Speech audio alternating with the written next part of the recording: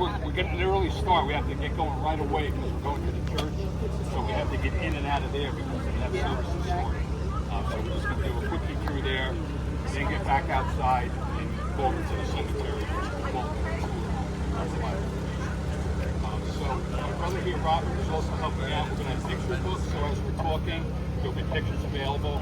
And then I have Haley is here somewhere. Some of you I recognize, a few new people. We have some travelers here that have come in pretty far to attend our event, so we thank you. Anything else, John, before you want to start? No, just want to once again thank you for all being here, and also thank you to Dave who puts together the majority of this. He sets up where we're going to walk, makes up these booklets, so just a special thanks to Dave for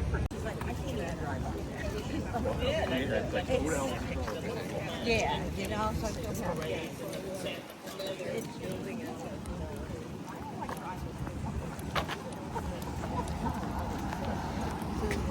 see you, Joe. Shifted around a little bit. We're going to go inside first and get all that done so that they can get going for their services. Then we'll come back out here, talk here a little bit more about the history of the land and the acquisition of it. We're going to walk around the building and see the grandness of the building all the way around, all the stonework and everything else. So some of you may be the first time in this church. Wow, great, okay. Wow, okay. So good morning. It's our host that's helping us out. This is Charlotte Kennedy. She's been very instrumental in paperwork with us and setting things up, so we thank you. For a lot of newcomers there. So I'd like to go back and do that again because it's such a beautiful picture. You want to sit down someplace? You're from home.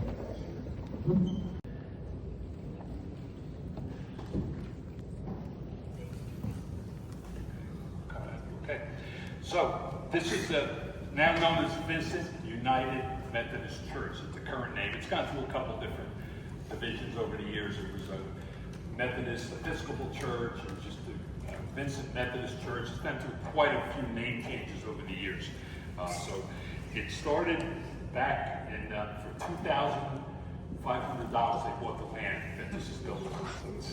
And it was a 3-year plan review to get it all going. And there's actually an efforts, they put the cemetery on the market to try and sell that off to come up with money to help fund this. But nobody wanted to buy the cemetery, so they still own it, which is fortunate. So in 1906, the decision was made to build this facility, the original part of the facility. And then in 1907, we had a financial depression back then. So think about that. You're ready to go, you got all your pledges and your notes from everybody, and next thing you know, people were pulling back their pledges, but they were like gung-ho here. The groups here that were making their money were really moving forward, and they decided that they were going to build the church no matter what, and somehow they continued to get all the pledges, and people went around town. They got a lot of people who weren't even Methodists back then to donate. People saw it was going to be a real powerhouse of a church here, and a beautiful building, and they wanted to support it. Even the Lopsitz mill owner, who was Jewish actually, wanted to celebrate his mother's recovery from an accident she had. He donated like $3,000 or $4,000 back then to it. So they ended up building the building for $43,000, and they were done by 1910. They dedicated the building. It was but there was problems in the time. The architect that was in charge of everything, he died during the building process. So they had to like rethink it. They had to bring other people in to kind of keep it all moving, because the architect, he had plans, and the new people coming in had different plans. They had European plans with columns and grand things, and the church didn't want that. So they went through some strife back then, but they were able to get it all done. And then if we look, we see the stained glass windows. Those are the original windows, the original part of the structure. And when they were building it, they were running out of money. So they said, well, we'll just put up some plywood, or we'll put up some curtains, and it'll be okay. And then Women's Club said, no, we're not doing that. We're going to do a fundraiser. And they bought the first window, and it inspired other people. And they were able to get all these beautiful windows installed here. So they're real nice on that side with the sun coming through. What was that? I don't know that. So they were put in at the same time. There is little things on the bottom of donation plaques on the bottom. So you want to do the sanctuary? So what you're seeing here is not the original sanctuary and look of the building. When the building was built in 1909, opened in 1910, it was just the main structure, and it was a lot smaller. In 1930, they added the annex into the back of the building. But then even more so than that, in the 60s, they really decided that they needed, because congregation size, they needed to reevaluate their space and how to deal with it. So they did a major renovation project on here that originally $165,000 was raised and set aside to do things like to underpin the building. They actually dug below the building, under the sanctuary, supported it. They put classrooms down there. They moved the kitchen around. There were two men involved, Jack Green and Hugh Dugan, who sort of were members of the church who sort of took charge of doing the control of the money. It was just in management costs. And after that $165,000, to do all that expansion, they decided that they still wanted to do more. So they raised another $92,000 for Sunday school class renovations. They wanted to make sure they had one of the largest Sunday school classes in town. They did new lighting, they did new heating, they did new systems, new lavatories. And then even after all that, we're in that same 1960-67 period, they raised another $96,000 to change the front of the sanctuary. So the pictures that Dave's showing you now is the view of the old sanctuary, and what we have here is the current one.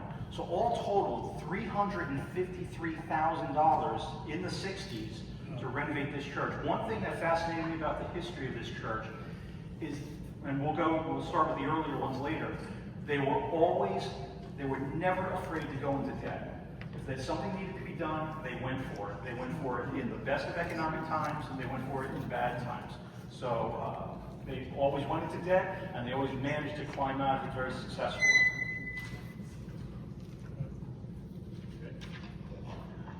We should introduce we have our new pastor in the back, Pastor Samuel Park. I mean, we have people over here. Oh, hey, welcome everybody.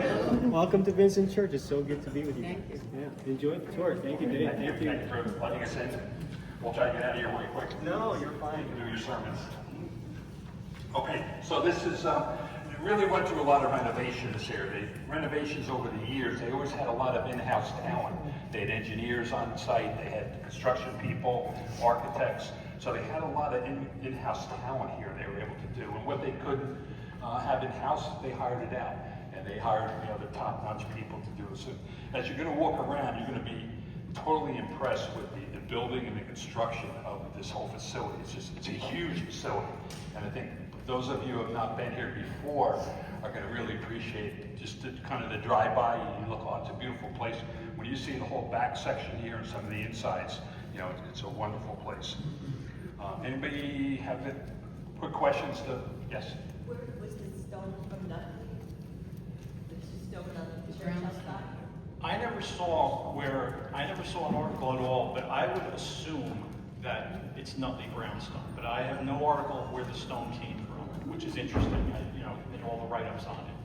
We run into some date problems with that because of the stone coming from Nutley. A lot of the quarries were closed around 1900. So did the stone come from there? Maybe not, because they were built here till 1910. So we don't really have the answer. It's hard to really look at stone. I mean, there's certain attributes of stone you can look at. Nutley had great stone back in the day, and it was all over New York City and everything else. But the St. Quarry took over some of our quarries, so maybe it came from them. They were a big provider in the area, back then. Dave, this building we're standing in is the original building? This is the original building with modifications, where we are now. Okay. Okay, and then when we go back out, we can go out this way, and we're going to go up through the main door. And the mural that you'll see on the wall used to be up here with the backstop for the pulpit up here. So and they somehow were able to preserve it and reinstall it up there during the renovation. So they repurposed a lot of things. We're going to see that as we go through our tour, different things that got repurposed.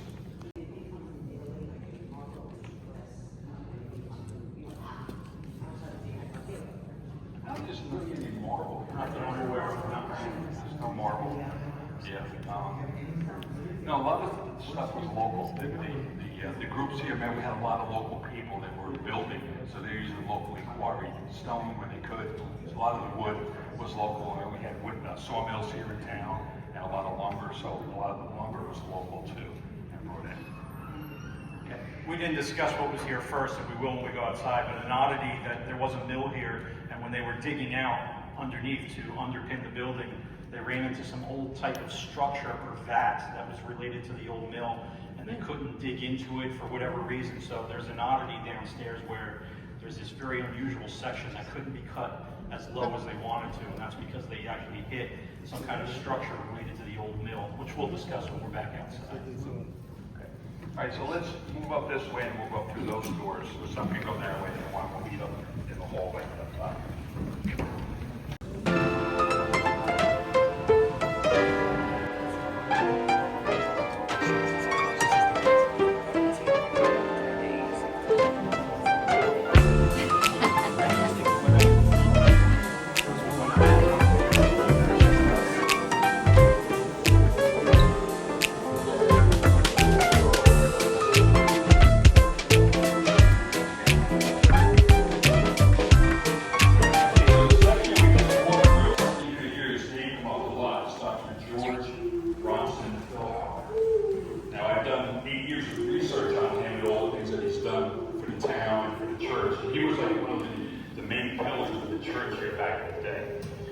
He was on every committee.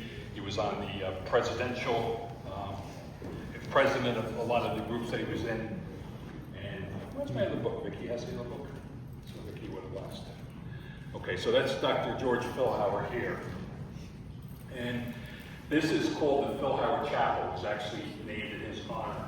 It was dedicated to him. The stained glass window was original. That was just restored recently in the last couple of years.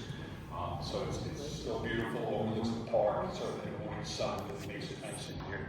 And this is a multi-purpose room. We've got concert. We had Larry Hunt was here a couple of years ago doing a concert. We have a beautiful piano here and a beautiful piano in the sanctuary also. So this was, again, this was about 1928. The Sunday school was growing at Vincent Church. They did a lot of recruiting. And actually they were in competition with Franklin Reformed Church for students, because all the churches realized that the youth was the future of the church. And you got to start them young, get them in early, and get them acclimated, and brought into the family, and they worked their way up to the chairs. So by 1928, they had 400 students here, and they were planning this. And what happened in 1929? Stock market crash. Okay, so now here we have a funding issue again. No, let's just keep going forward. And somehow with all the loans and the mortgages and everything else, in 1930 they opened this wing and dedicated it. So it's just amazing how they did that. It had very short plan review. And somehow by 1950, all this debt that they incurred for here, Parsonage, was all paid off. So it's just amazing that the fundraising and the energy that they had here in their congregation. So some of the people in here that went to Nutley High School back in the late 60s and early 70s, remember some of the classrooms that we were, yes, before the annex got built, and there was a delay in building the annex with the steel, so they had to rent some classrooms here from the church. And so many of us went down the hall here. We had, what, an extra 2 minutes to come across in the rain and snow. And then they got our thing here. But we got educated. It was, what classes did you have here? Because I don't know. I have health. Health. History. English, geography or social studies, and math. Oh, okay. So you really got a little bit of everything over here. The burden on the teachers also, if you think about it, they have to bring all their equipment over here, their books and everything else. So somehow I lucked out. I never had a class here. Don't ask me how that happened. I was, right in the midst of it all. They opened the annex the first year I was over there. So it was like, would have been the first year I was in school. So some of the other things with Dr. Philhauer, another story about him. We have some great pictures of him. Not a lot of pictures. He's an enigma in terms of when it comes to pictures. They're very elusive. Even though he lived from 1888 through about 1935, we just don't have a lot of great pictures of him. So we're trying to John just did another picture for me recently that we found from the family that we're trying to restore. But he was involved here on all the different levels that you could be involved with the church at the highest levels. You know, short of being the pastor here, but he gave all the guidance to the church back in the day, and he was the man that made sure that they were getting monies for everything. And when he passed away, he was actually, they had his wake, and he was laid out here in the chapel, and thousands of people came. He was very popular in town, first family doctor. They had his practice here, and he, you know, took out a lot of people from the quarry, from bicycle accidents, horse accidents, trolley accidents. Delivered a lot of babies. Was really an expert in pulmonary. That was one of his main things. He went to NYU. You know, that's where he was educated. And he came from Hunterdon County.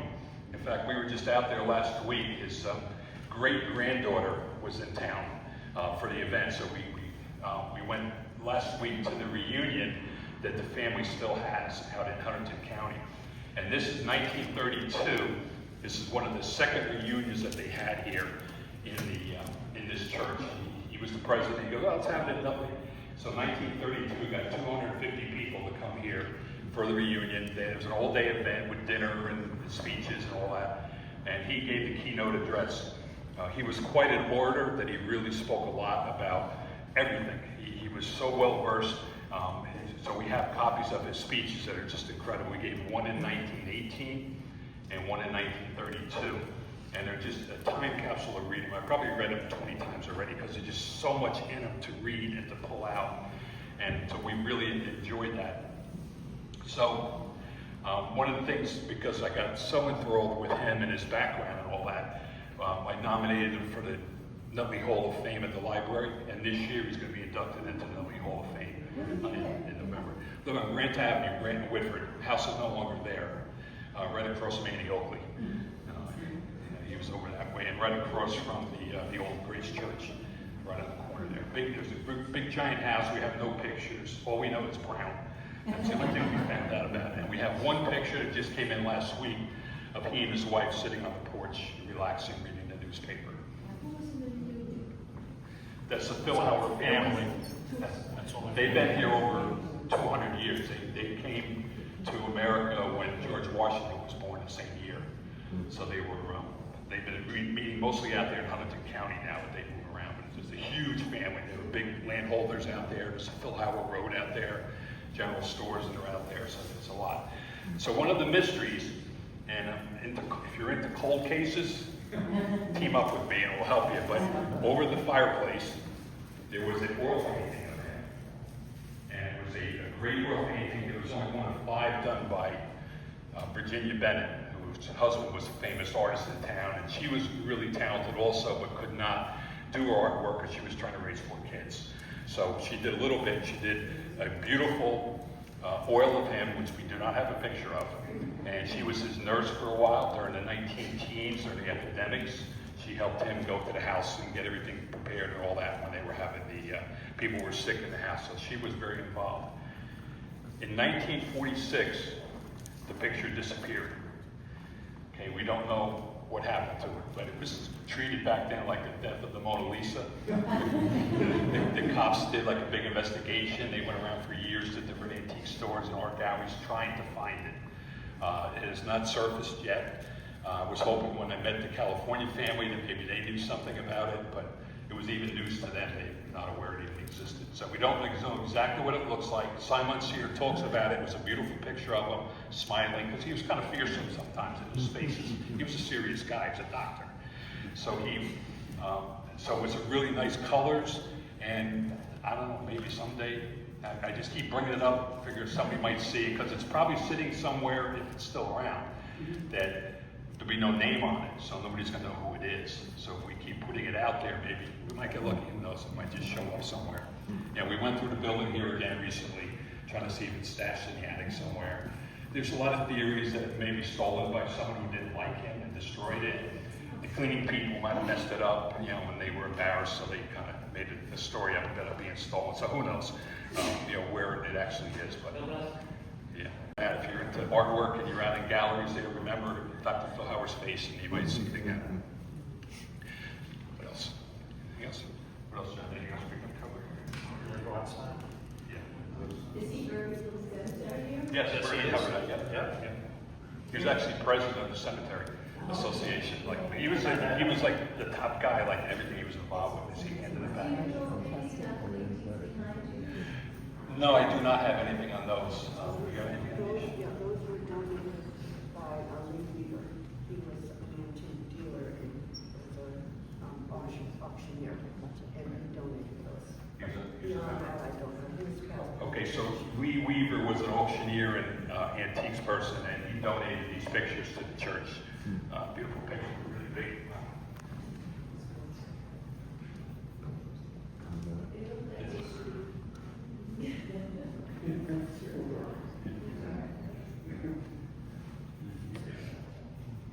The plaques are our donation plaques that give the information. Okay, so if nobody has any other questions in this section, we're going to go back out the way we came out the front door, and then we're going to turn to the right and walk in the building.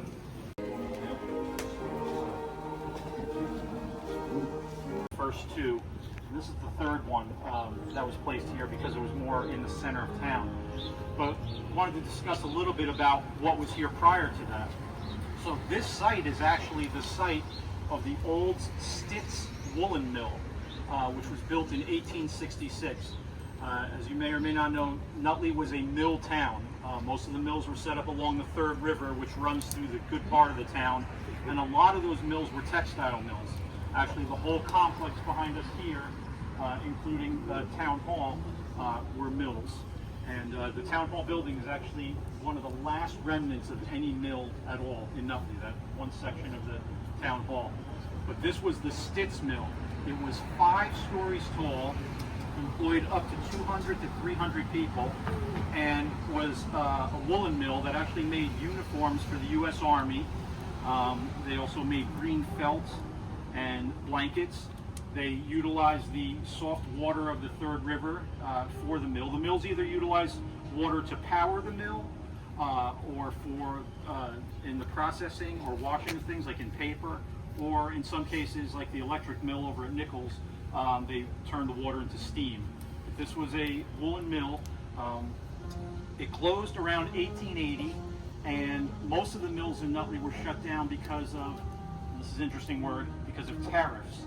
In 1884, tariffs were dismissed on foreign goods coming in on wool and all that, and that pretty much did it for Nutley. We couldn't compete with the woolen products coming in from abroad, so that's what became of the mill. So when this mill shut down, it was abandoned for a while, had 3 owners, and after the last owner shut it down, the mill was demolished, and this was a town dump site. This was probably one of the most least likely places you would ever think to put a church. Right in the center of town, it was just debris, garbage, an absolute mess.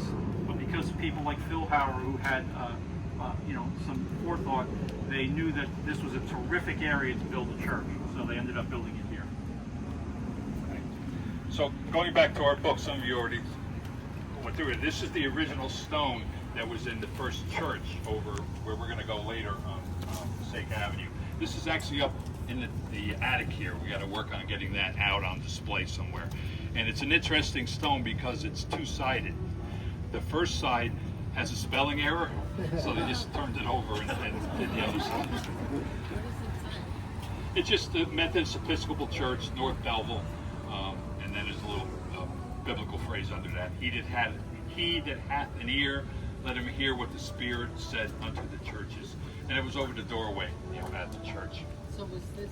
Actually, that's marble. Somebody was asking marble. It's made of marble. Yeah, we're going to cover that.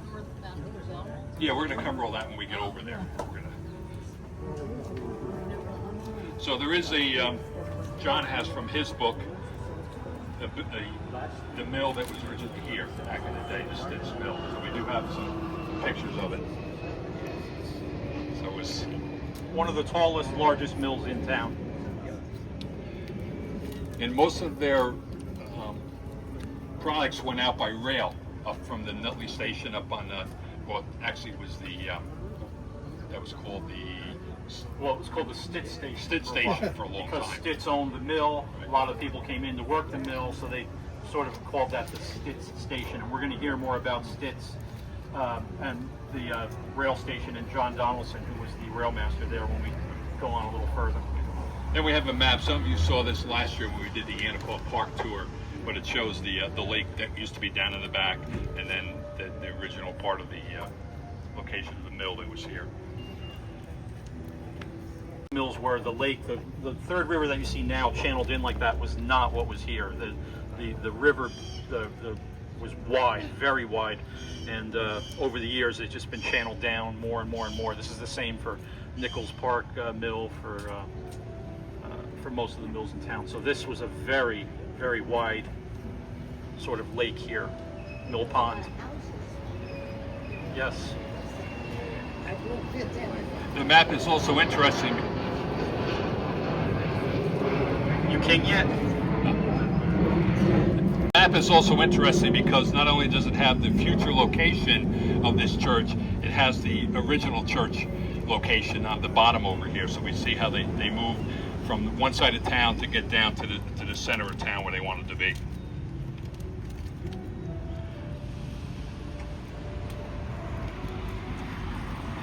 And then this is just part of a, let's see, I think Anthony, you got this done for us, right? You made pictures of this. Oh, from the town hall? This is from the museum. This is a wonderful, I guess it's a watercolor aerial that was done back around I got the year on yours? I think 1910, 1912. And it's interesting because there's a lot of detail. The whole big picture of the town is up at the museum. If you get a chance to get up there to view it. It's quite large. It's a very small part of it. Yeah, this is one section. But we have Town Hall, we have the Sunbank building down the corner, and then we have the old high school and just the church. The library's not even there yet. The library wasn't until like 1914, 1915. Oh. So it's a really nice watercolor that this fellow did. He only lived in town for a short time, if I recall, but he was very talented, and just it shows like old railroad tracks and the rivers. It's got a lot of detail on it. Then we also have some older shots of the postcards. Was a very big thing in the early 1900s, and many of the postcards that I have in the Nutley collection are of this church because it was just so beautiful.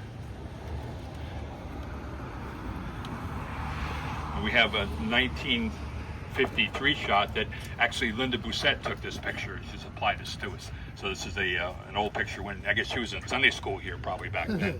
So these are all this church. These are all this church. So we're all doing number 3 right now. Number 1 and 2 we'll do when we get by the cemetery. So this is interesting. I was doing, I collect anything Nutley related, Nutley ephemera, memorabilia, whatever. I found this wonderful ad touting the benefits of asbestos shingles, which were just newly installed on the Vincent Methodist Church of Nutley. And just telling you that the asbestos is going nowhere. The roof that outlives the building is their motto. It did not outlive the building, just to let you know. Well, I don't know. They're touting it on that part. I don't think that part was changed. I think there's still some more life up there. Okay. All right, if you say so. That Just- green is, I'm sorry, is that green like copper that turned green, or is it just Yes, green? that's copper. Wow, yeah. Clean it up. So there is a bell on the bell tower that came from the original church that was moved over here. And they ring that on certain special occasions, like graduation, I think they ring that for, high school graduation. And the rest of the time there's an electronic system up there, and they play chimes here every half hour on the hour. So if you come by here, you'll hear that on weekdays. It's a beautiful, beautiful tone and quite an outreach for the church. A lot of churches do these things just to bring attention to their facility and to their people, and to continue to outreach into the community. Not just call to worship on Sundays. They try to keep it going all week long. Okay, so anybody questions here? I have a quick question. Yes. The mill workers, any profile information about them? As far as what? Who they Where were? they worked from, Mostly female, mostly local. Mostly local, sure. The mills closing down was a big hit on Nutley. I mean, Nutley was born on mills, paper mills, wood mills, and silk and woolen mills. And that was. Seems like hard work, just by the sound of it. I don't It was dangerous work too. If you've ever seen pictures of old mill equipment, it was not user friendly. I mean, I'm sure I have not seen any articles of deaths, but I'm sure that was a common thing back then because these machines were just all over the place and you were walking past them. Women had the longer dresses on. There were no workers' rights or anything like that. So it was probably not a fun situation. And ethnicity, anything like that? No, I've never seen anything specific on that. Yeah, everything of this. Walk down around this way and just circle the church so we can appreciate all the stone, and we'll talk it a little bit back there. Hey, how are you?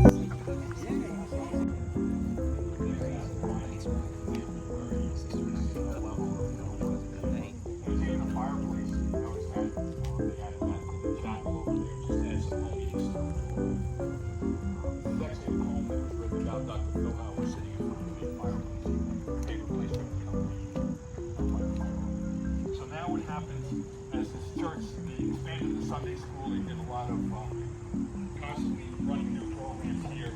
So the community daycare center here took over the first floor originally, and they do daycare here, and they have a kindergarten program right there. I think they still have that kindergarten program, so they have a certified kindergarten program here, and then a preschool program.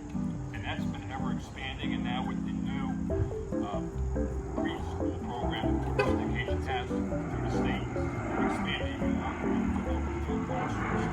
Here, let's go to the church. It's a preschool classroom.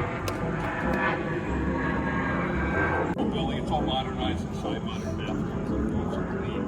Nice parking lot, playground for the kids. So we're going to walk around the side here. But it's the building has gone through a lot of use because it's so huge. I mean, you're going to see as we keep going how big this facility is.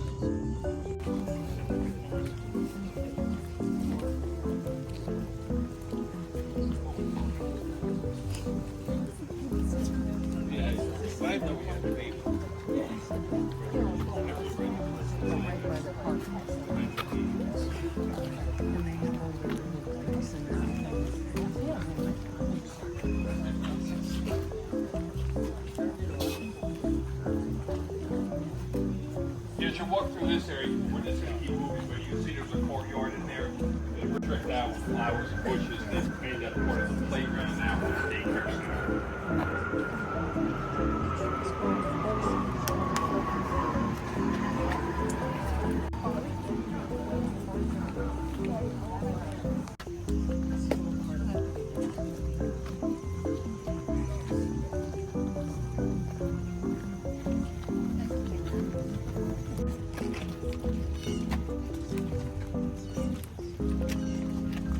This is another addition that we see to the building. This is like their fellowship hall, and this was added in the 50s, I believe.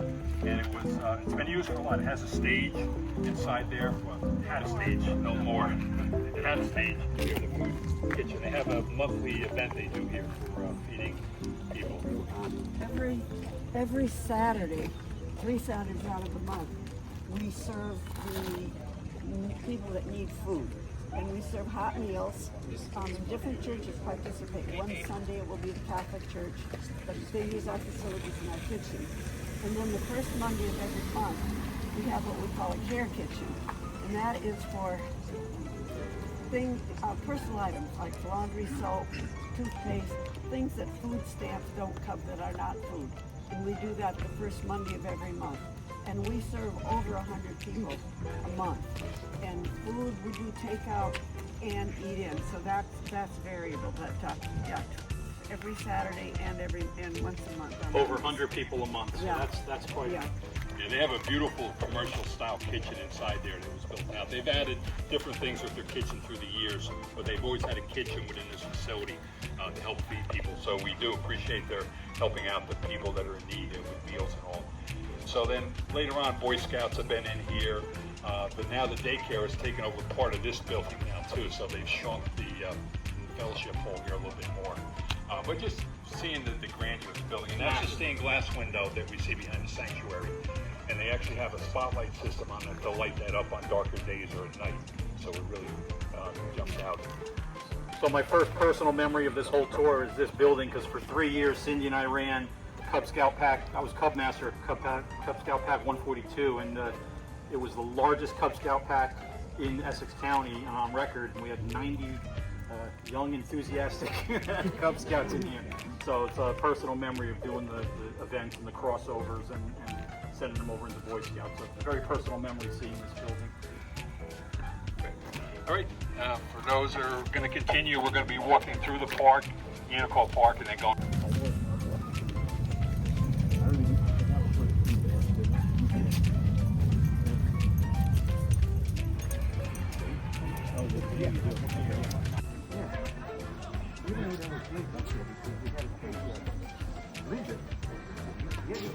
This map when we were down at the church there, which showed the church location where the mill was, but it also shows this general area.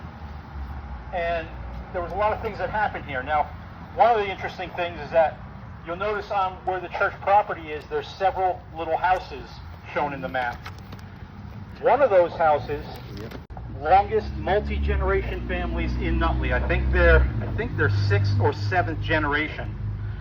So when at some point when the cemetery was being developed, this house, which they owned, they didn't want it torn down. So these are pictures that Mike gave us of it actually being moved. So that was a very, very common thing back then. It was very cost saving. It was easier to lift the house and move it down the road than it was to tear it down and build it again. So, and that house still exists on Park, it's 314 Park Ave. So it was not moved very far. And what's I found really fascinating about some of these pictures of the house being moved is that, and we're going to talk about this next, in one of the pictures off to the side is a little building that you can see there. This is one of Nutley's earliest schools, and this is only the second picture ever known of that school, and we just found out about it maybe 3 weeks ago. So the Nutley schoolhouse, whoops. Is it on the same avenue? So if we look across the street there to that corner, that undeveloped corner, that is where the schoolhouse was. So Nutley's very, very first school, the first school that we ever know about, was down on River Road and Park Avenue, somewhere near where the Parks and Recs building was. There's no photos, very little information, don't know when it was built. But we do know that in 1794, the school was relocated to that corner right there. And the first school that was built there in 1794 was a single-room stone schoolhouse with sort of a caretaker's part to the back of it. There are no pictures of that school. Now, for a while, the Sunday school would hold classes. There were Sunday school classes in that large schoolroom. But there were so many complaints from the people who were living on the backside of the noise and the congestion and the kids yelling and screaming that it sort of was the impetus for them to figure out, you know, what are we going to do for a permanent Sunday school. The interesting story about this whole Methodist church that we're talking about, they did not seek out to build a church initially. What they were building was a Sunday school, catechism classes.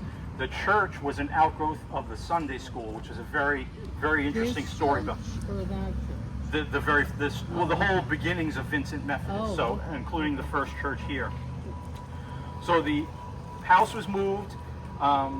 This schoolhouse, the second schoolhouse was built, had 3 rooms in it. It was a wood structure. It was white.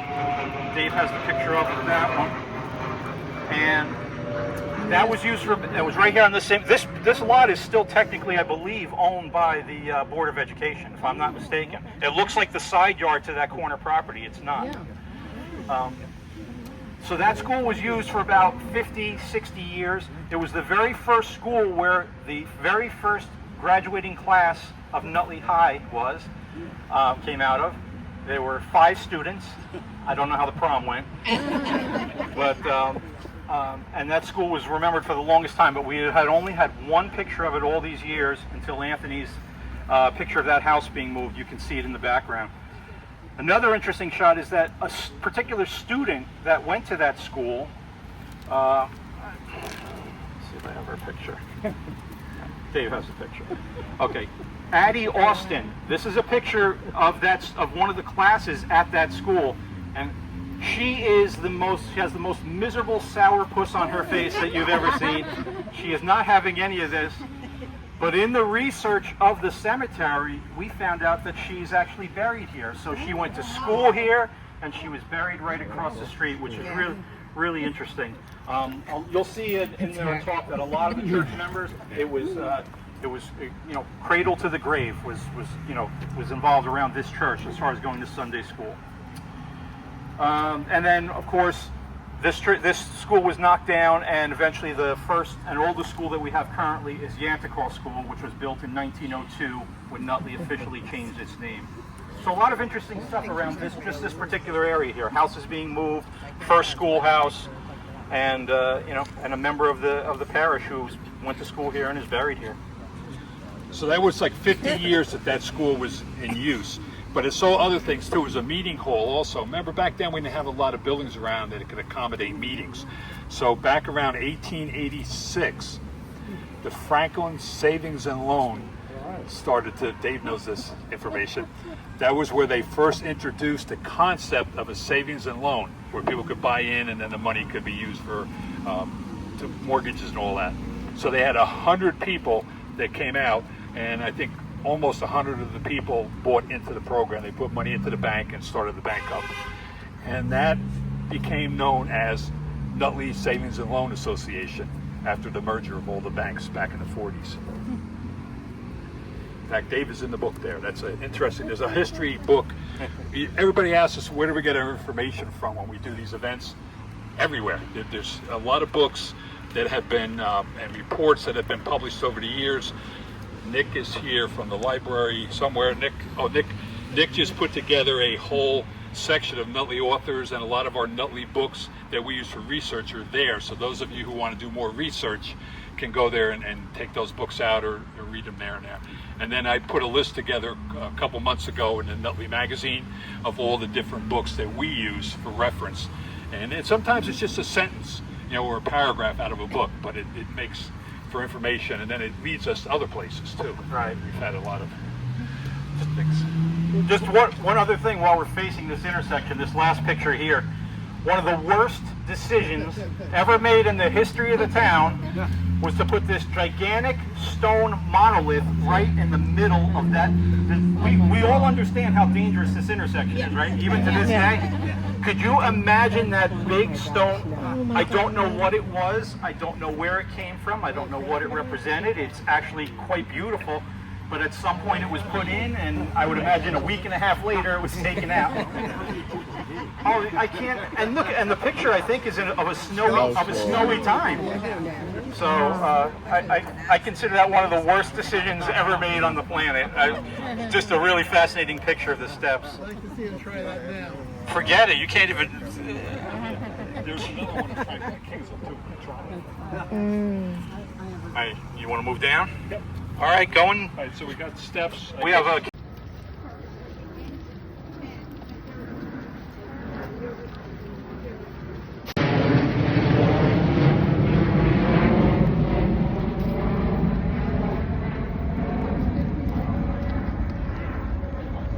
We're more regional. Back in those days, there wasn't a lot of people around. And then as people started to fill in Nutley and other towns, those towns wanted their own church. That was the only way back in those days. Maybe the Passaic River sometimes was used by a few people, but for the most part, it was to come into Nutley. So in 1827, 1821, they started to have church meetings here, and a lot of them were outdoor meetings.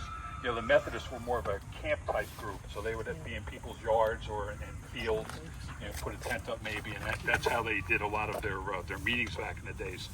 And then in 1821, we had the Bloomfield Methodist Episcopal Church, and that was also part of this group. So for a while there, people were going to Bloomfield also, so a little bit closer. But we're going to hear a lot of names. We're going to see a lot of names as we walk through the cemetery, old Nutley names for those of you who are into history. So we're going to see Anthony Brown, Jacob Rutan, Joseph Kingsland. They were the ones that were organizing meetings around town. Joseph Kingsland had a lot of property, so a lot of his land was used for these meetings. So then later on, as we get into 1829, they start trying to find the land over here to do that.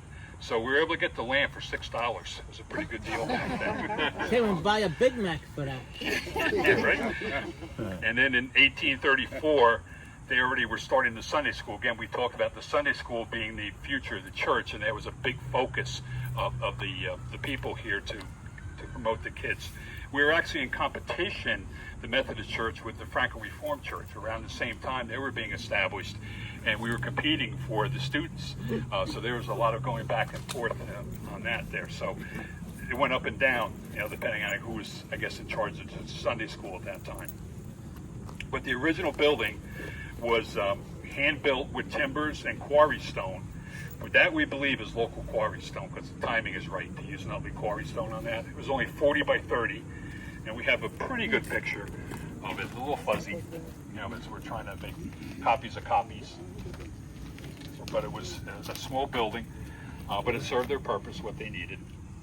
And one of the things we're finding, that the Methodist Church here has a great history department. They really have a lot of things on file there, a lot of records, a lot of original records, and a lot of books. They had several people within the congregation over the last 100 years that wrote books documenting the history, and they're very well written. We use them for a lot of the research for this particular show that we're doing today. So part of the things with that church, that's where in the beginning we showed that stone with over the doorway. That's where it was on that original one. And one of the things that they talk about in the books is that it had back then it was unusual to have a sloped seating area. Now it's pretty common, that stadium seating, but back then they were following the lay of the land, and they sloped the floor. And I guess the kids then were a little rambunctious back then, and they would roll apples down the aisle at the minister there just to kind of get his goat a little bit. So. And then in 1845, and that property was owned by the Belleville Group originally. The Belleville Group was the all-covering group. So then we ended up buying it at a sheriff's sale. The Nutley Group went in there and got it for $235.50. We were able to get the building and the property. So that was pretty cool. And then in 1853, we have the pastor is John Vincent. Okay, where does that name come from? Well, John Vincent was age 21 when he came here, and he was like one of the real energetic kind of guy who really got things going here with Sunday schools, real curriculum, taught teachers. He went on to become a bishop within the organization. But back then they rotated their ministers, pastors. They only stayed like 3 to 4 years. That was kind of it. And then they got cycled around to other churches, and you got somebody new came in. But while he was here, he had a huge impact on the Nutley Group in terms of inspiring people and great sermons. And then he went on to upper levels of the Methodist Church, and always kept Nutley in his heart, and kept promoting things here in town too as we kept building out. So the second church is yours. Okay, so that first church, the little stone one that we just talked about, 40 feet by 30 feet, they almost immediately within decades grew out of the church, so they needed another one. So they got together, and within a 12-day plan review came up with plans for a new church. Now the new church was built on the same exact location of the old church. So the old church, the stones of it were dismantled one by one, and all that was saved, and the stones became sort of the first floor for the new 2-story church that was built in 1853. The idea was that the kids would be in the lower section and the adults would be on the main floor. They purchased an adjacent lot for $50. They repurposed all the windows and doors from the original church into the new one. And during the 13 months that it took to deconstruct the old one and rebuild the new one, the kids ended up back at the Passaic Avenue School that we talked about, the wood one that we have the picture of. And the adults went over to Kingsland Woods, as it was called, and they had their sermons out there. In 1888, they added to this new second building again and put on a Sunday school edition. And then by 1900, they were able to afford a pipe organ. And I think it was $600 is what it cost them. It's quite a lot of money. And it would cost them 50 cents on Sundays for the blower of the organ. By 1902, this second church now, the one with the addition on it, has been 50 years old. And the talk now started to come about of where can we build our next church? And a big discussion was, do we want to be back here again, or do we want to be more in the center of town? And that's where the whole story that we started off with earlier with Dr. Phil Hauer and that group saying, let's scout around for a better location for the church, somewhere more central and localized. I mean, if you think about it, Vincent Church probably has one of the best centralized locations as far as a church goes in town. So, John, yes. how did that jive with the fact that this used to be the main street of Nutley, Passaic Avenue? Well, Passaic Avenue is probably the second oldest road in Nutley. River Road was cut through. Passaic Avenue, the story is that the majority of it was an old Indian trails, what they say. You see that it's not even straightened out by Park Avenue. That sort of dogleg has been incorporated into for years. So this was, yes, the earliest part of Nutley before the trolleys came through and changed everything, changed the dynamics. This was sort of the center of town, but by 1902, that had certainly changed. Trolleys started coming through in 1890s, shifted the whole business district from this area down there. Town Hall, was down there. The Bank of Nutley was being built down there. So what they did was they just eventually sold that portion of the property to Riley's Dairy, and that church for years was used as a dairy barn and for cows before they eventually tore it down. So that's the history of the second. And where exactly did these? Right over here near the corner of the fence of where this road and what is that, Oak Ridge? Yeah. Oak Ridge. So the corner of Oak Ridge and Passaic Avenue. That's where both churches were. The old original stone one, and then the second one, which they enlarged. They almost doubled in size. The old one was 40 by 30. The new one was 38 by 60, and that's prior to the Sunday school edition being put on back. But this congregation was growing, and it was growing fast. And their Sunday school program was one of the biggest in town. And I think you can still see over in that corner the steps cutting through the fence. That's true. There's an old set of steps that are still coming up. Where the church Also, there was talk of possibly an entrance to the cemetery from this side road, that there's some foundation there, but I never saw that. the other day, and I think Okay. probably buried in Okay. Right, when they built out the cemetery, Oak Ridge Avenue there was a street there was a cooperage over there. A guy made barrels and all that, but the houses themselves weren't there in the beginning, obviously, way back. So it's having an entrance over there makes sense. That they would have two ways into the cemetery. So Most this of them did. originally extended to Oak Ridge? No, just to where that fence line is, basically. The fence line there now. The property was a combination of purchasing and donations, parcels. They were buying parcels of land as they could. Even the old parsonage that we passed coming in, the old stone house, that was privately owned at one time. And then when the people died off, they said, look, it's part of your kind of property over here. And they were looking down the road, like, let's make it bigger. And they made that part of the original land that they had here. And that was actually used by the ministers when they first came here, because early on, all the pastors and ministers here were all single. They weren't married, didn't have kids, so that house was fine. It was big enough for their use. But then as they allowed marriage and the families grew, that became obsolete in terms of size. And they kept it, and they just use it for the caretaker now. I forget what year that was in. The second church, the first No, church? the first. Oh, the parsonage is the stone one, somewhere in the 1700s. There's no definitive. I've been in it, and the ceilings are so low. You can't Yes, get down. it's one of the greatest buildings, and I've never been in it myself. And It's very cool. we couldn't get in. We tried.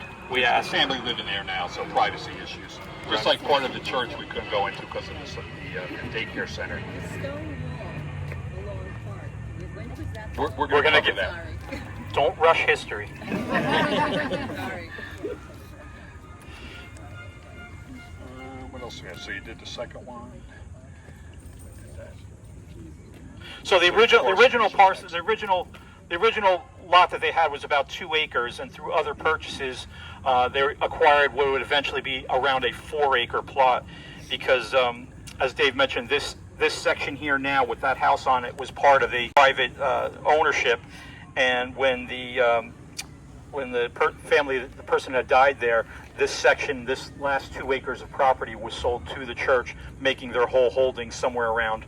I think it's like around 400 by 400 feet, or it's around 4 acres in total. Do you know at all which was the first one to be buried here? At all? Oh my goodness. We're going to get to No, but then that. you get the. Don't rush history. We have a sequence of notes here. Oh, I don't want to ruin your book sequence there. No, you've ruined it already. I'm out of here. So, just to finish up on parsonages, so we had that was a parsonage. Then they were renting land around town, houses around town for the growing families of the ministers. And then in 1902, Dr. Philhauer, he's in charge of everything back then, and he was president of the cemetery back then. And right across the street from his house on Grant Avenue, there was property available. He says, we're going to put the parsonage there. And he struck the deal, for the church to buy that property, and then built a beautiful house over there, which I have, sorry to say, I have not been able to find a picture of yet, even though it was there for almost 100 years.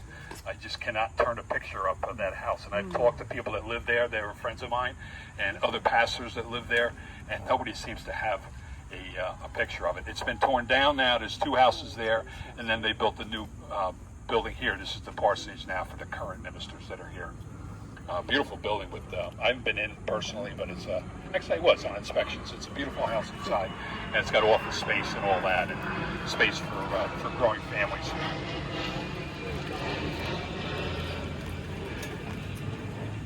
Okay, you're up. The gates are yours. Okay, so when we were coming up through the main driveway there were originally, let's see if we can find it here.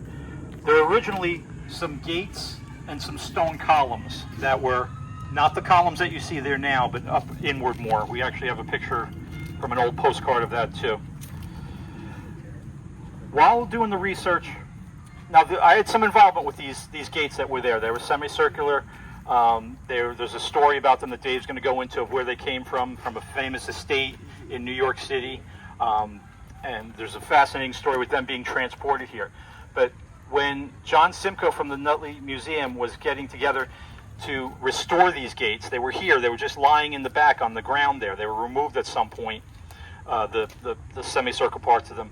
He had asked for my help in trying to locate parts of them, because this was a very early gate system where the things were riveted on. There wasn't welding. A lot of the flowers and details and stuff of the gates were riveted on. So pieces of it were just all over the place. So with a metal detector and a gigantic magnet, we went through, we found all the pieces. John sent these things to a gate restoration place, and his plan, which he's already implemented, the Historical Society's plan, is to put them on the side of the Historical Society as sort of a bench area with plantings behind it. It's going to be beautiful. Anyway, so these gates were there at one point, along with these stone pillars. In doing the research, we're going through Cheryl, and she goes, "Oh, look at this! Isn't this funny how the gates were given to the park system?" And I said, "Wait, what is that?" And we take this paper over across from Town Hall, the entrance to Memorial Park, are these 2 gigantic stone pillars with these seats on them. Every historian, including myself, just assumed that in the early 20s, when they were building Memorial Park, they just fabricated those and put those together. we found a document that said that those stone pillars were actually these ones right here in this picture with the same top on it with the ball and cap. They were donated by the church for the park system. So Dave and I have this meeting in the church, and it's late. It's dark out. And he goes, let's walk over and just see. So we walk over to see the pillars, and I notice the benches. And I go, well, they must have built the benches to, complement the thing. There must be two different stones. I'm looking at the stones of the benches, and it's the same exact stone. And then I'm looking closer at the benches, and I'm seeing all these filled in little holes. And I was like, what is that about? And then I look at the curved backing of the benches and notice there's holes up in those too. And as soon as I saw those curves, I was like, oh my gosh, these are the original foundations and footings for the fence that was here too. That whole assembly in Memorial Park was part of the gates and fences that were here. Now I couldn't believe this, so it's late, it's pitch black out. I'm measuring the holes in the granite with Dave. Dave's over there, I'm measuring, and they're 35 inches apart, which is a very unusual measurement in construction. Things are by the foot or by the 16 inches. So I'm like, well, driving home, it's late, it's dark. I'm like, well, tomorrow I'm going to go to the museum and measure and see. And then I'm passing the museum, I'm getting to the house, and I go, the heck with this, I'm going back to the... So at the middle of the night, it's pitch black out. I'm walking over to, which is basically the side of the caretaker's house, with my flashlight phone in my mouth, and I'm measuring the gates that John has over there now. And if you wouldn't believe it, the gates those stones that are at the front of Memorial Parkway were the gates from here, and the stone benches, the flat part that you sit on, were the caps of the wall that's out here, and the rounded parts in back are where those rounded gates are.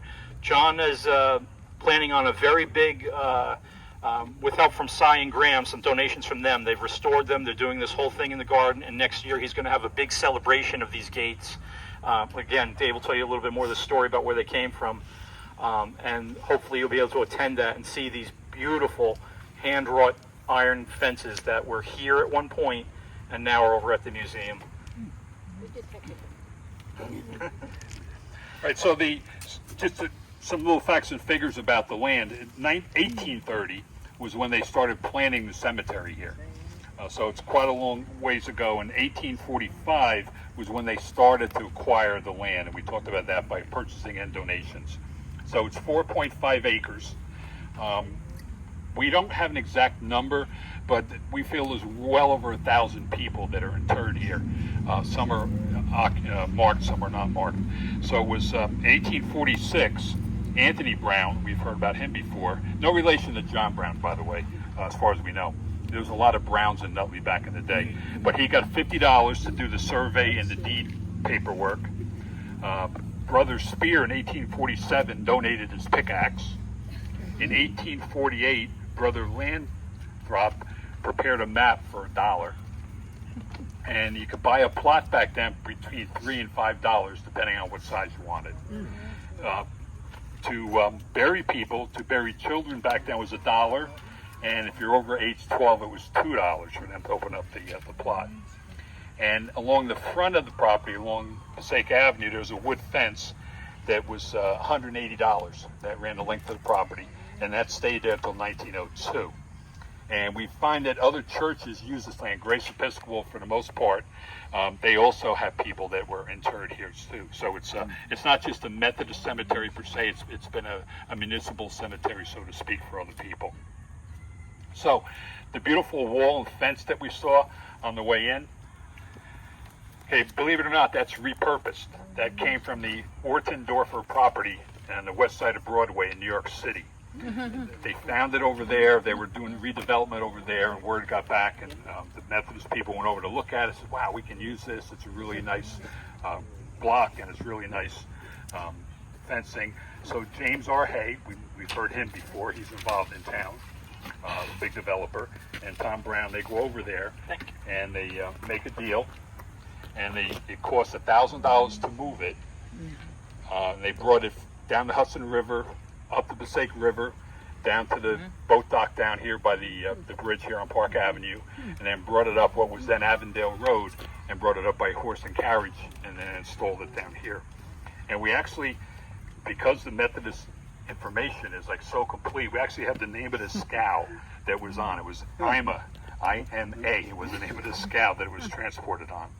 And we had the contract, and the Passaic Quarry Company was in charge of moving it, and we paid $3.50 a day for the derrick operator to move it.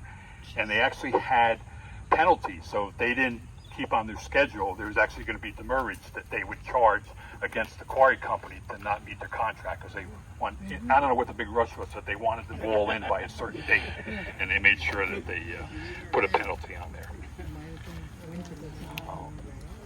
Okay, so then you got the columns with the capsules.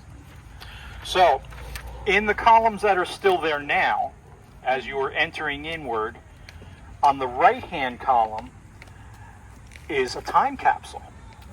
And it was put in there in 1902. And what they did was, this is when those columns were built. And what they did was they set inside that time capsule, which has no rules or regulations about to when to open. So I'm thinking another 125 years. That'd be pretty good time to do that. I mean, you know,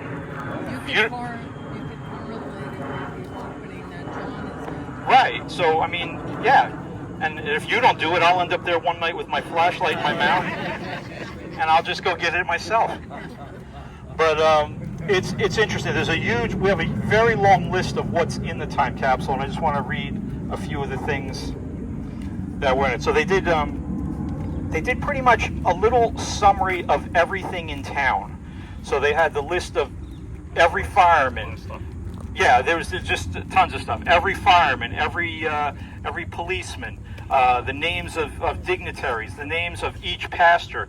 There were also photographs of people in there. Now this is a tin box wrapped in paper, sort of a paper with tar and varnish on it. So I don't know the longevity of something like that. I don't know how these things last over the years, but it would be certainly interesting. They put They put currency. They put whatever the current currency was inside there. I don't know why I can't find my list. 1902, yeah, that's when the gates and all were built. So some of the things that were interesting in there: a statement of the erection of the old stone church, the names of all the lodges and societies in town, most of the Nutley business houses, a program which we saw when we were at the church, a program for the milkmaids recitation of 1902, names of superintendents, a silk badge from the Ladies' Aid Society, postage stamps, pictures of the building now used as town hall and post office. So there's a tremendous amount of history in that right column there, which for some reason no car has managed to hit yet. But I think that was a pretty good thing. We've heard about time capsules before in town, and supposedly there's one inside St. Paul's, which was never able to be found. But I think if we could get someone to open that up maybe in 2 years, and reevaluate it, and then we can actually. One of the greatest things I ever did. I worked for remember Doug Eisenfelder, anyone? Yep. Worked in his house doing his kitchen, and above his sink was a soffit. And when I demoed the soffit in the kitchen, a big packet fell out, and it was every newspaper and every magazine from, I think, 1942. So the war was on, so they were all about Hitler, this or that. Fascinating stuff. And when I was done with the job and I was getting ready, Doug comes back up to me and he hands me a big packet again. I go, "What's this?" He goes, "Oh, it's everything we found. I want to put it back with a current newspaper, a current magazine." So in his kitchen now is the original packet, which took a lot of dedication because I really wanted to hold on to that stuff. But it's just interesting. Time capsules are great, and it'd be wonderful to one day open this up and just see, and then maybe put it back. Yeah. Work on that, will you? Thank you. When we're doing these events, as word gets around, other people jump in. "Oh, I got a picture of this, I got a picture of that." So we just got a picture just in the last 2 weeks from Dave LeDuc, right? He's one of the previous pastors at the church, and he had some great pictures of the original cemetery, probably about 50 years or 60 years into its creation. And they're wonderful pictures. He made a panoramic one out of one of them. taped a couple of them together. They got the Scotch tape on them and all that. But it shows, back then, the oldest part of the cemetery is over to the south over there. And that shows a lot of that area, how densely populated it was. Population is not the right word, but how densely the stones were over there. Now, if you look over there now, the stones aren't as many of them there. And what we found is over the years that a lot of them were the very soft limestone and things that weren't really that good for time and weather and all that. So they deteriorated, they fell over, they broke in half, whatever. And then there was some vandalism that occurred. Back in the day, cemeteries were big areas for kids to go drinking and all that, and they would get in there and do stupid stuff. So some of the headstones were damaged over the years. And some of the damage was so severe they really couldn't match up the headstone back to where it belonged. So they're just kind of piled up and way back in the weeds on that. But they were there. There's a pretty good roster of that. The Boy Scout did an Eagle Scout project on that. They tried to get the roster a little bit, but it's incomplete. But we have a lot of information on who's here. Because a lot of times there's no headstone with the plot, and there's not really good mapping at this point, but it's a big place, it's old. And that happens with cemeteries as records get destroyed or lost over the years, and people just lose track of families and all that. We don't know who's who anymore, family dies off. But it's still an active cemetery. We have a new area over there for cremations, and we have a new area over here that Simon Sear, I guess, set that up, and that's going to be also an area of reflection and retirements. I'll do full graves. Okay. Mike said that they were regular graves. Okay, so over there they're still doing regular interments over there, so they have a mixture. As the cemeteries fill up, there's no more space left, and they grow more back to the cremation, just the same space and all that, because you can only go so many layers high when you start stacking up coffins and all that. So one of the other things, a great thing that just occurred in the last 2 years, was one of the veterans group. They come here and decorate the cemetery for the veterans for Memorial Day and all, and they found one of the headstones was buried like 3/4 of the way down. It had sunk into the ground. So they started a rescue project, and the fire department was here first, trying to put their equipment up, trying to raise it up, and it was really, really heavy. But so they brought the Parks Department brought in a tractor, and they were able to get it up out of the ground and reset it. We'll see that as we walk over there. So that was why that one settled so much. Is like, who knows? But it's just something under the ground there, sinkholes up tight. Yeah. So then we're just going to cover. Anybody have questions on the history of the building or anything else? We're just going to talk a little bit about some of the people here. So, okay.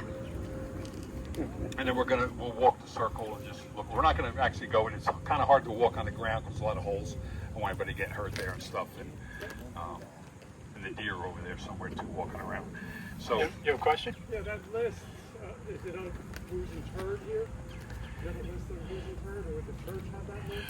the church has that list. We have a copy of that Charlene gave us recently. So I'm looking for something. Okay, yeah, we have it. Yeah, we can get that to you. I have it right here, actually. Yeah. And it's incomplete. It has names. It doesn't tell you a lot. It just gives like dates, maybe. A lot of times it's a date of when the property or the plot was purchased. It's not any dates on interment, so it's not like a super detailed list. If it was complete, I wouldn't believe it. Well, Yeah, cemetery records are. it's weird how things come about, because I was just contacted a week or so ago by a woman, I think her last name's Lint, and she has spent the last 30 years doing cemetery research on various cemeteries in Newark, in Belleville, in Bloomfield, and she's doing 2 of them in Nutley, and she's doing the Franklin Reformed, and she's doing Vincent Methodist. They have a website that is phenomenal. So they go and they get a absolute complete list of everyone that was in there. They've got 12 researchers that do this volunteer full-time that will find every newspaper article. They go through all the old microfilms, and they're completing some of the largest, most dedicated lists of cemetery, not just the people who purchased the lots, but the people who are actually buried there. And she spoke to me just 2 days ago. She's finishing up Franklin. She was going to do Vincent next, but with her information, but she's going to do Franklin first, and then she's going to do one for Vincent, and it's probably be one of the most complete, thorough lists you'll ever find. I'll get you the name of that website. Okay.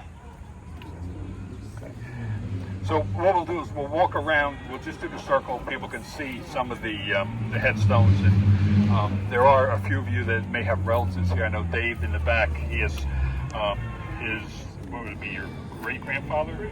Great-great-grandfather. His great-great-grandfather is buried in the back corner. He was doing some research on that, and then there's 13 other sergeants at East Ridgemont there Cemetery, which is where I used to go to visit, and then I find out this one's over here. okay, scattered around. And then an interesting thing that Dave brought up on the headstone, on the sides of the headstone, was where the children were listed. That was like a European or an English thing. So 4 children are listed on the side of the headstone, and the parents are on the face of the headstone. So it's, The oldest giant lived was maybe 1 or 2 years. yeah. Well, as we go through here, if you go in depth, there's a lot of children buried here because it's pre-vaccine days. Remember, so you can see when vaccines and all, whether you believe in them or not, they did make a difference in children and the lifespans that they had. Many children died young, with before age 10, and a lot of mothers and children died during childbirth. It was extremely common, unfortunately, back in the day. Yeah, part of our research was this document here, which just shows that, like, these 2 particular families lost 3, teenage age children all in 1870. 3 children. The one below that, within the course of from 1876 to 1888, lost another 3 children. So, just even if you just made it out of infancy, didn't mean you were going to make it through, because there were just no medicines and vaccines back then. So it's really sad. Anytime you do any kind of research, when the amount of children that you see, so not to be, tout anything, but I think vaccines are important personally, but it's very depressing sometimes when you see some of these, how young some of these people were, and how many mothers and infants died at the same time, because medicine wasn't what it is today. A lot of things. Some of this is stones, so I don't know if they do it here. They tell you the exact time and second of death, some of them. I don't know if I've seen second. Well, I've seen it on some, and it also will tell you the cause of, and a lot of it was Consumption. Tuberculosis, that's correct. And a lot of them, like you said, were children and whole families. You had a lot of epidemics back in the day. Spanish flu, tuberculosis, all those things that were not under control yet. A lot of people, were perished from that. So some of the things that some of the names, Van Riper, 1852, Dvorsny, a lot of these are street names. Everybody said, Anthony, these are where street names come from for these families. He's always asked me to do an article on how did the street get its name. So here's some for the article. Stanley, I don't know who Stanley is. Yeah, I don't know. We had this Steerett Go to livery. Home Depot. The Steerett family, they had stables over on Chestnut Street by where the rescue squad is. And 1864, he helped move the bell from here to the new church. We had Stager, very big prominent family. They were builders in town, landholders. There's actually a Mayor Theodore Stager that's buried here. Winheim, huge family, everybody knows from way, way back. They had orchards by the firehouse. They had florists over here on Passaic Avenue. And huge, at one time they had 80 or 90 plumbers working for them. They were a big operation back when people were hooking up public sewers and all in town. The Philhowers are here, the Landises. It's the great-granddaughters. Herbling's Pharmacy over on Passaic Avenue, they're here. The Booth family, they were plumbers also, and they were very big on Board of Ed land planning. They made sure that they were buying up the properties for the town so that they could locate our grammar schools. A lot of forethought that they put into there, so we have the beautiful layout now for all our grammar schools. And we can thank them. That park that they donated, the Booth Park over here. And he was first elected, Richard Booth was elected town clerk in 1860. Then you want to do Donaldson? Yeah, so we had mentioned earlier that the Stitz Mill is where the current church is now. And the Stitz was so popular that the station, the train station, Nutley had 3 of them. One over in Avondale by St. Mary's School. The middle station, which is Stitz, which was on Highfield Lane. And then the one over on Franklin Avenue where the radiology place is. Well, John Donaldson's here, and he was probably the most prominent, well-remembered station master. If I lose this one more time. station master that Nutley ever had. He did the job for decades. He was over at the Nutley station on Highfield and Whitford, and he greeted people like Annie Oakley, who lived up on Grand Avenue. He was responsible. I have dozens and dozens of documents with his signatures.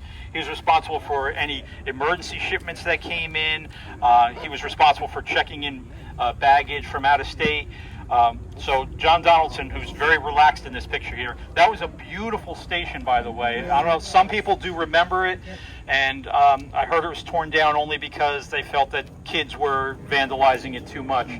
But so John Donaldson's one of them. George Simons is another one. He lived on Grand Avenue near where Annie Oakley was. He had that corner property, had a little survey shack. A lot of people always felt that was Annie Oakley's place. It's on the corner of Passaic and Grant. I had a little survey shack, and George was responsible for doing the engineering maps for Nutley, and he made one of the most famous large-scale maps, the first full official map of Nutley in 1886. There's only 2 copies I know of. I have one, and the Historical Society has one, and it is the most detailed map, and it is absolutely gorgeous. It's probably 3.5 feet by 3.5 feet, and it details every property. And I think actually maybe one of the images that's in here of maps is there. So George is here also. Okay, good. Okay. So one of the other interesting stories, tragic at the same time, is the Dodd family. They're buried here in Dodd. We have Dodd Street. So they used to own a property on Vreeland Avenue. The house is still there. It's got a plaque on it and all that on Vreeland Avenue. The Dodd family bought that house from the Browns, and they lived there. And then the first Dodd only had one son. And that son, he goes, we got to keep the family going here. So he tried to perpetuate the family line, and he ended up being married 4 times. The first 3 wives died in childbirth, and so they ended up. The 4th wife, she was much more productive and healthier, I guess, or whatever, and he ended up having 10 children total. 3 of his sons, that he wanted sons to keep the family name going, moved to New Zealand. So that's the Dodd story. But Geralman is in here, the Kingslands, the Rutans, the Smith, the Spears, Williams, Vreeland, Speary, Rusby. These all go back to the mid-1800s when they bought the land. So these were people when it was Franklin, New Jersey. It wasn't even Nutley yet.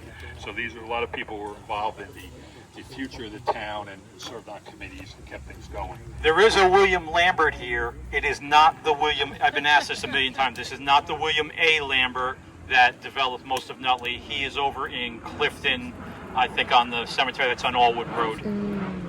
So there's 3 police chiefs here, Sutcliffe, Steger, and Brown. And then we also have a lot of the prior clergy is in here and Sunday school leaders. And these are just, I thought they were just fun pictures, that show back in the day.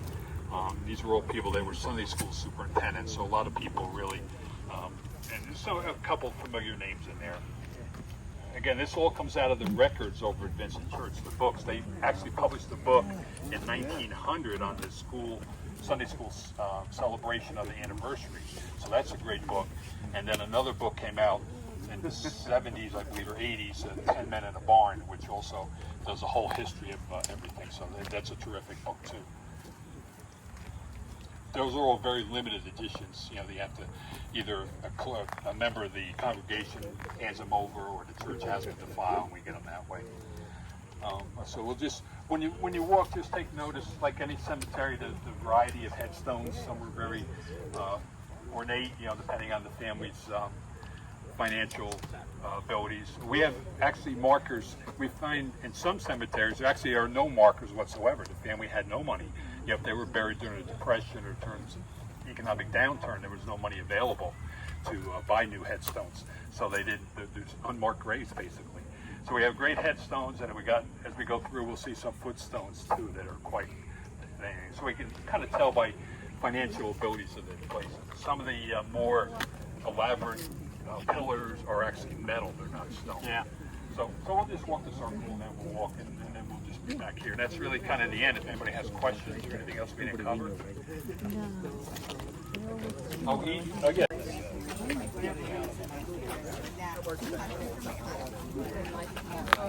Recently, I'll get to know it. And then I've got great